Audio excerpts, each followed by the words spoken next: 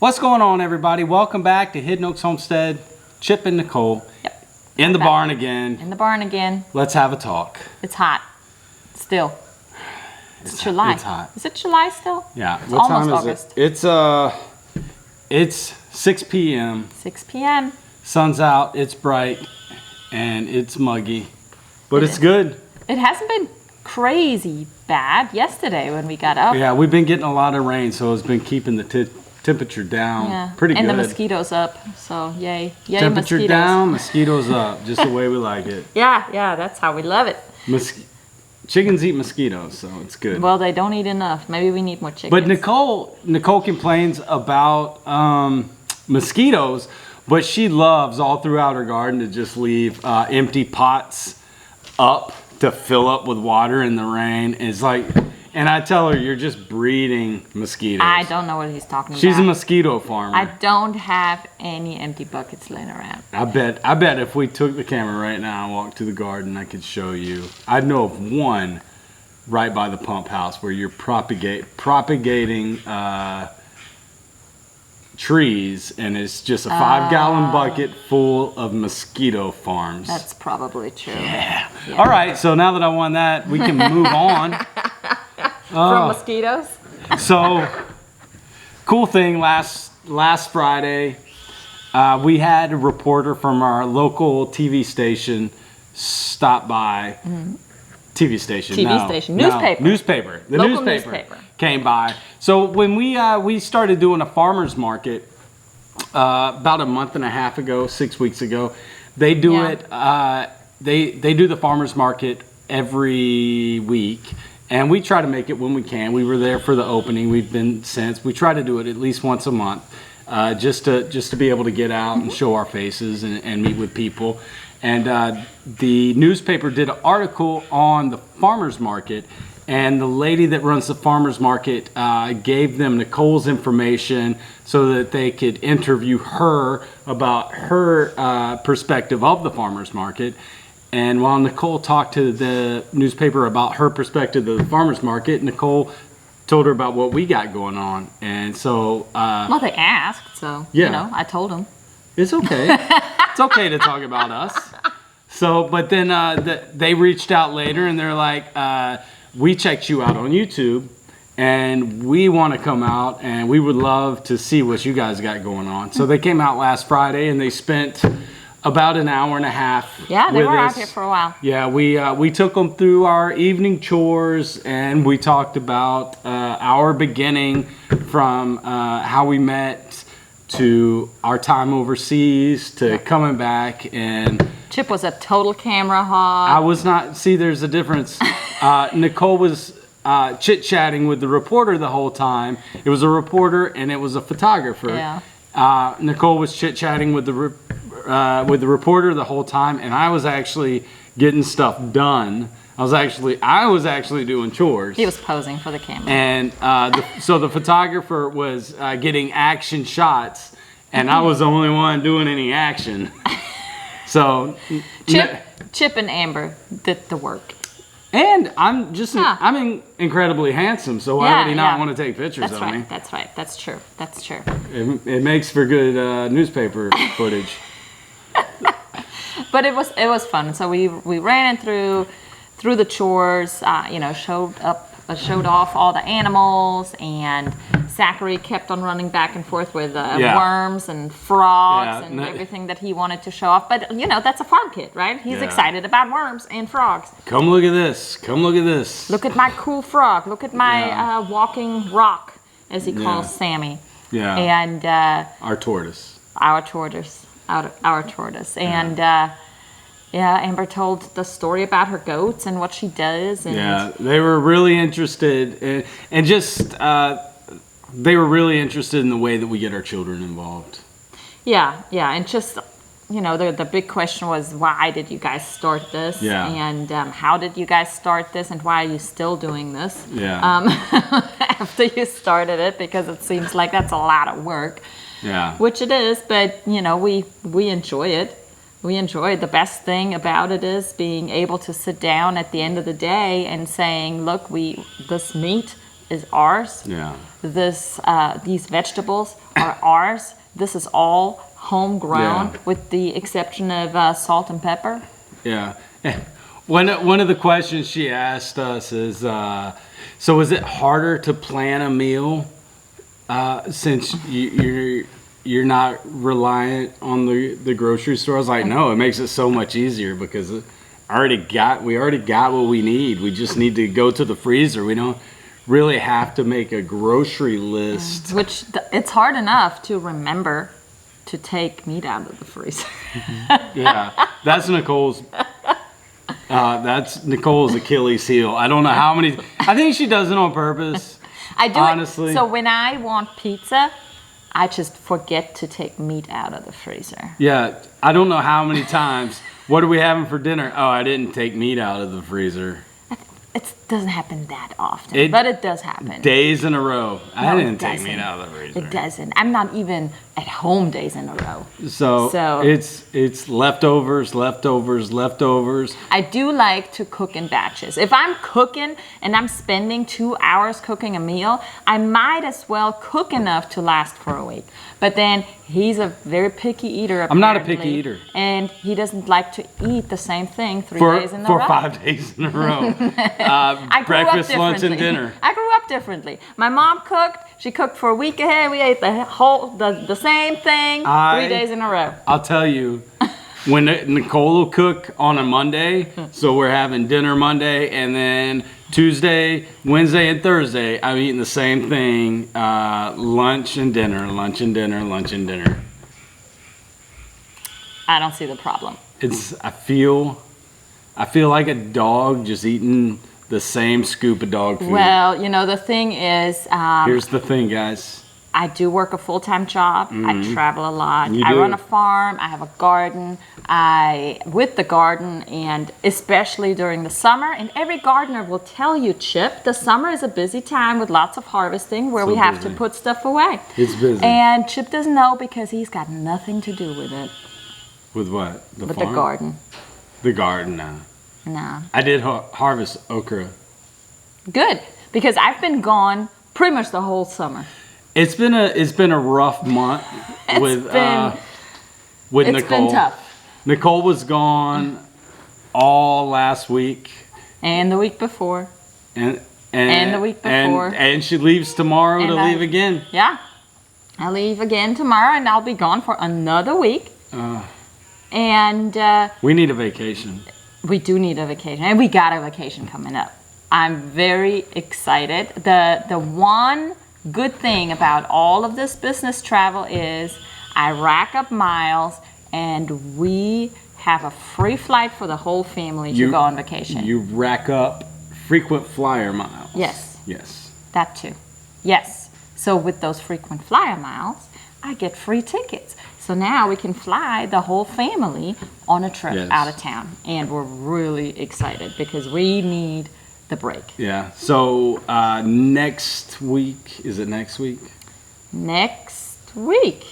Yeah. No, the week after next Beginning week. of August. Beginning of August. We are taking a little We're leaving break, on a jet plane. and we're going to Key West, Florida. Yeah. Never been down this far south in the United States. Yeah. I've been further down south. Which we're just going not to in the United furthest States. southern point in America. Continental. I guess Hawaii is Well, probably besides furthest south. Hawaii is the furthest south state, Yeah. but in the continental U.S., Key West is the Yeah. most furthest south. So if you've ever been to Key West, or if you live in Key West, let us know what all to do. We're planning on taking the kids out for some snorkeling and We got some adventures planned. all the adventure stuff. And I want to go and see the rum distillery and obviously the Hemingway House and the lighthouse. And, we'll do some touristy and museum stuff. The kids love museums, so we're going to do a bunch of museums. But yeah, if you have been to Key West or if you're from Key West, let us know if you have any insider tips. We'd love to check them out. Yeah, it's exciting. But it is exciting just being able to get away for a week and just we don't have to get up and do chores. It's just going to be sleeping in and eating and reading a book. I'm excited about just hanging out and reading a book. Yeah. It's That's just like, that never happens. I was telling Nicole this morning that we're past the honeymoon phase Of of us? homesteading. Oh, So they say of us too. yeah, they say no, yeah, we're well past our honeymoon phase. They say that the honeymoon for homesteading is 2 years, and It's the first time I heard about that. and that's where you kind of find out if this is for you. Is this your new lifestyle, or are you getting burnt out and you're over it? And the fact that we didn't even realize that phase has passed kind of makes it feel like this is It's like a 7-year itch sort of thing. yeah. Gotcha. Is where you figure out, hey, we're in it. We spent all of our money on animals, and they're not as cute anymore as Yeah. they used to be. And now Yeah. it's just work. Yeah, that's true. The animals they come on, they're cute, and then they become work when you're. And they continue to be work. The Yeah. work doesn't slow down. And the more So- animals you add, the more work you have. I love Brody, and I was infatuated with him when we got him, but there's a certain feeling when you're out there pitchforking his poop in the heat.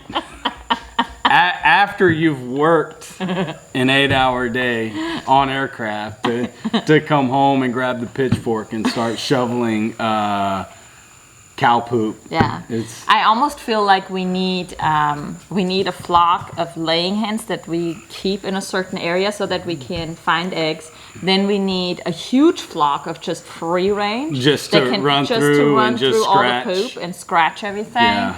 And then, well, Zachary's specialty chickens. And that's a Joel Salatin thing, is you want chickens coming behind your cows to scratch out, because the flies lay eggs and larvae, and then the ducks chickens do it too. the chickens they'll go through and they'll scratch everything out and kind of spread it out, and that helps build soil. But we have all of our chickens locked up right now, and they are not happy about it. No, they're not laying. I had to buy eggs this week. Chickens are on strike right now. They are, but I told Zachary, so when we got our cattle, because we're cattle farmers now, and the couple that we got Brody and his 2 ladies from stopped by and brought us 40 pounds of chicken crack. Yeah. Chicken crack is what they call them. It's a local farmer, semi-local. He's up in Alabama, but he gets feed out and he calls it chicken crack, and it's proven feed to make them lay. So Zachary started feeding them chicken crack today, so we shall see if we have eggs this week. I think they're this just week. on strike. They are mad. I mean, it's hot, and they don't get to it's hang hot. out with the cows. So. And they're not free ranging anymore. Yeah. We got them pinned up because they go where they want. Maybe we could try letting them out now. We could, because if they're not laying in there, then it really doesn't matter if we let them out or not. At least when they were free ranging, we kind of figured out their favorite spots and picked them up and did a little Easter egg hunt. But the problem is when we let them free range without keeping them pinned up, is they like to get in the barn, and they're just everywhere. And we got these puppies running around right now, and then the puppies like to play with the chickens to death. And to minimize chicken death, we keep them pinned up right now. I mean, the whole plan is where we have the chicken apartment to run another roll of fencing, so that we can keep the chickens free ranging, but still separate enough where we can keep them safe from any kind of puppy playing. If they would just go to bed every night and lay where they're supposed to lay, but they end up just hanging out in the barn because food is free in the barn because of the rabbits. And then they find whatever the dogs leave behind and whatever. It's just, I mean, they're foragers, and I mean, that's what we want them to do. We want them to actually forage on the pasture instead of foraging in the barn. Yeah, we do. But, it's ever changing. I don't think we have any of the animals still in the same spot that they were at the beginning of the year. Yeah. We're moving around a lot, but that's how That's you okay. that's We how you want figure to. out what you need to do. We want to. One of the next projects is we gotta train the cows and the cattle to electric wire. And we're Yeah. told it's easy. Yeah. They're pretty smart once they figure out, like, Apparently they learn pretty quick, but I got to show you guys in a film what we have for pasture inside our fenced area for the livestock is just laughable. yeah, it grows outside because there's no animals on it, right? So ideally, really, if we could rotate them between 3 or 4 different paddocks, then we would actually have grass growing within the fenced pasture. But because right now they are not trained on the electric wire, we would have to spend thousands of dollars to permanently fence in, and I don't have that kind of money laying around. Yeah. So we just gotta train them on the electric wire, and then there's different tools out there that you can use from like Premier One, and then like there's other places that have like roller nets and stuff that you can use and move around. Right now, we got them in the what we call the pasture, the fenced-in area for them. But right on the other side of the fence is just lush green grass. Especially now because his mower's broke. Yeah, fresh green grass that they don't have access to. And they because just stand at the fence line longingly looking. Well, they got hay. They're not longingly looking at the grass. I'm joking. They got hay, and that costs money. And we're spending money on hay when they could have just been when we eating grass. have all this grass like right outside where they're at.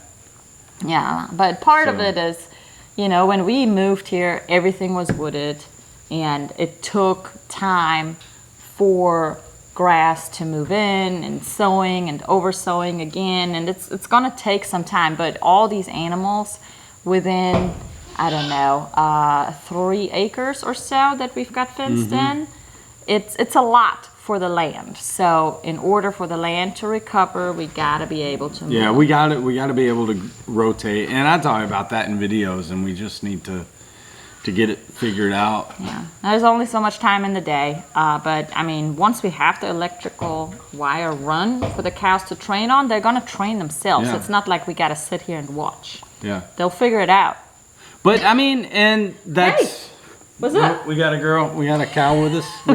There's a cow right here. Hey, Mama. This is Mama Cow. Is it Bella? Yeah, The kids call her Bella. the kids call her Bella. Hey, girl. There she is. So, but anyway, it might sound like we're complaining, but we're not complaining because part of homesteading is there's no destination. It's just a continuous journey. There's no end to it. There's always problems, and there's always something that's got to be figured out and taken care of.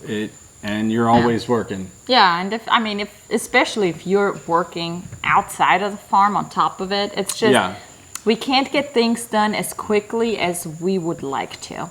It takes time and it takes money, But both of which we have limited off. yeah, if you like to get home from work and sit on the couch and watch TV, this just isn't gonna be gonna for work. you, because I get home at 3:30 and I got about, Which is fairly early. I mean, if Yeah. you look Oh, yeah. at a lot of people don't get home till 5 or 6. yeah, I start work at 6:30. I get home about 3:30, and I got about 30 minutes to hang out before it's time to get out here and start Do chores. doing chores and stuff. And it doesn't take long. It's not like chores take long. It's just those extra little projects that kind of accumulate over time, Yeah. and then we just gotta put in a couple of weekends to knock things out. And you can get caught up in a weekend. Yeah. The weather really has not been cooperating with Weather's us. been crazy At because all. it just wants to rain every day, and it feels like it's nice all day until I get home from work, and then it's like, now will rain. Yeah, maybe you need to go night shift during the summer. Not That way you're home when it's good weather, and then you go to Night- work when not going it on turns night to shift. crap. Not doing that. Scratch that. Because when we first moved here, I was just talking about this with a coworker the other day. It was such a different schedule that we were on because I was working from home supporting the Middle East, so I was on Middle Eastern schedule, which basically means I was working from 4 a.m. through about 2 o'clock in the afternoon, and I was done with my day. We were homeschooling the kids because, well, of COVID. Was that a kid? No, it's another cow. And he was on night shift, so it was really nice because I would get up at 3 o'clock in the morning, got my workday started. By the time the kids got up, we would do our morning chores, we would eat breakfast, and by the time we were done with breakfast, Chip would get up, we would get projects done before he would go to work, and then we'd have all afternoon while he was at work. And so we were kind of able to pack a lot more into our weeks because our schedules were much different. So we were able to kind of get a full workday on the farm in before we started our workday at work. Yeah. So. Yeah, I used to say when I was working night shift, I would like to come in, wake up in the morning, get my good work done here on the farm, and then get to work, kind of go on autopilot, and who cares? Just get through the work shift and then get to bed and get some rest to start working on the farm again. Yeah, but now that the kids go to regular people's school again and are not homeschooled, he would never get to see the kids. Yeah, so I got to be on day shift for the kids. Yeah, and especially with Zach starting football, got to be there. Right? Yep, right. Are we closing out on that note? Yeah, that's a good closing note. Yeah. Yeah, I got to start getting ready, packing my bags, leaving again. New trip. Leaving again, getting up 3:30 in the morning, heading to the airport. All right, guys, we're going to get out of here. Thanks for watching. We'll see you in the next one. See ya.